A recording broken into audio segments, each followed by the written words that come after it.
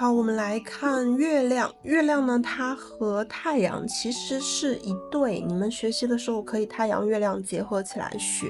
月亮呢，它和太阳相对，太阳是阳性，月亮是阴性。然后月亮、日月都是吉星啊，日月都是吉星。太阳呢是日间的行星，月亮是夜间的行星。月亮的运行速度大概是26到27天，它会走完一个星座。这个你们觉不觉得特别熟悉？比如说女生的生理周期是28天嘛，所以在古人他夜观天象的时候，他就会觉得说，这个月亮的阴晴圆缺呢，会引发女人的月性。在我们古人说，女人的经期就是月性，月经就是月性，就是每个月如期而来啊，它是伴随着月亮的阴晴圆缺，所以你们很自然就可以联想到月亮一定是和女生的生理和女生的一些这种激素和这些是挂钩的。那么月亮主宰的呢是巨蟹座，日月这2颗行星它们都只主宰一个星座，剩下的这些水星、金星、火星、土星、木星，它每一颗星呢它会主宰2个星座。月亮它代表的含义很好理解吧？首先它就可以直接和女性相关，太阳是男人，月亮就是女人。然后月亮呢，它有非常丰富的情感，有非常丰富的直觉。月亮也可以和我们的母亲和这种内分泌以及一些饮食上的口味有关系。那么月亮这颗行星它首先有一个特质，就是它是变化的。你们会发现太阳是1年走完12个星座，但是月亮呢就不到1个月的时间，它就可以走完一个星座。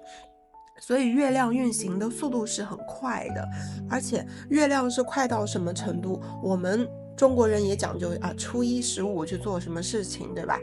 满月的时候月亮可以代表什么什么什么，就是月亮它变化的快速是我们可以站在地球上仰望天空就可以感觉得到的。所以呢，它首先就可以对应到我们的情绪是多变的，它也可以对应到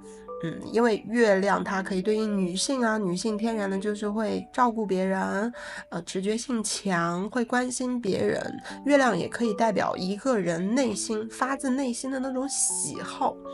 这个喜好怎么理解呢？就是当一个婴儿他在母亲的怀抱当中的时候，他是不是天然的就会喜欢他母亲的怀抱？包括婴儿还没有睁开眼的时候，是不是就好像很神奇一样？他明明眼睛也没睁，话也不会说，什么可能都不知道，只知道吃、哭、拉屎。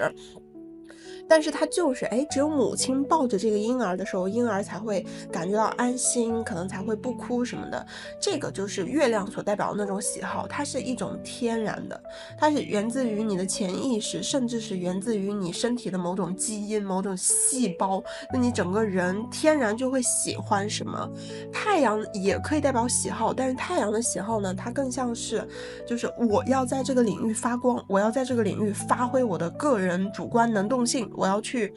研究，我要拓展。然后月亮的喜好就可能是有点不讲道理，因为月亮它是一种情感和直觉上面，就是我会天然的喜欢。所以你们就会知道为什么月亮也很重要。有时候太阳反映的是这个人的本质，但是月亮会更加反映这个人他内心深处潜意识里面他会喜欢什么口味，喜欢什么人。这个更多的就是一种不讲道理。如果说太阳所落座的星座还有太阳所落入的宫位是我们自己可以去有意识的去发挥自己的力量往那个方向发展的话，月亮就是一种天然的，就像小孩子小婴儿他天然的会喜欢某个人或不喜欢某个人一样。那么月亮还有哪些特质呢？首先它既然变化的多，又和直觉和情绪挂钩，所以你们可以感觉得到月亮它一定是比较敏感的。月亮一定是比较敏感的，还是刚才的例子，那小婴儿可能这小婴儿讨厌某一个人，某一个人刚靠近他，或者是刚进入这个房间，小婴儿就莫名其妙的哭了。包括呢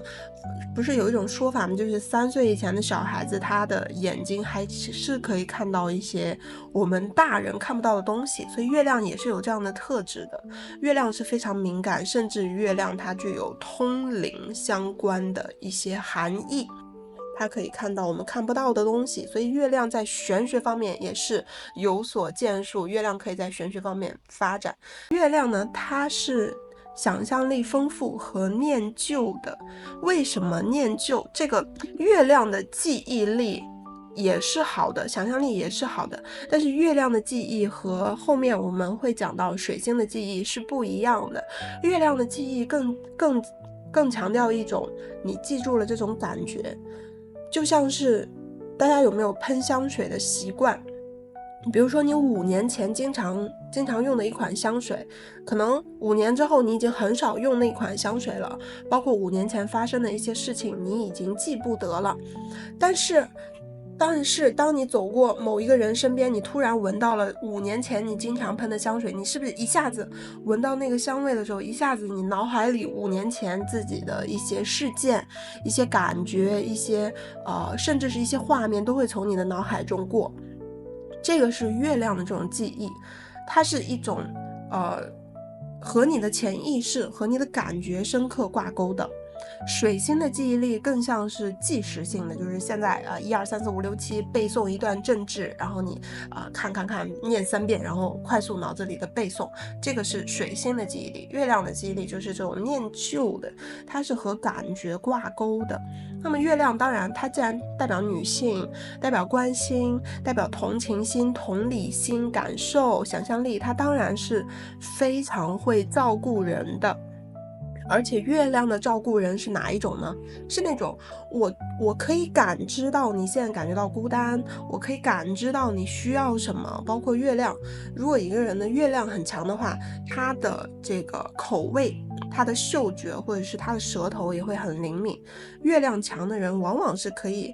凭自己的感觉去制作一个非常可口美味的菜肴，是这样的一种照顾。月亮的照顾并不强调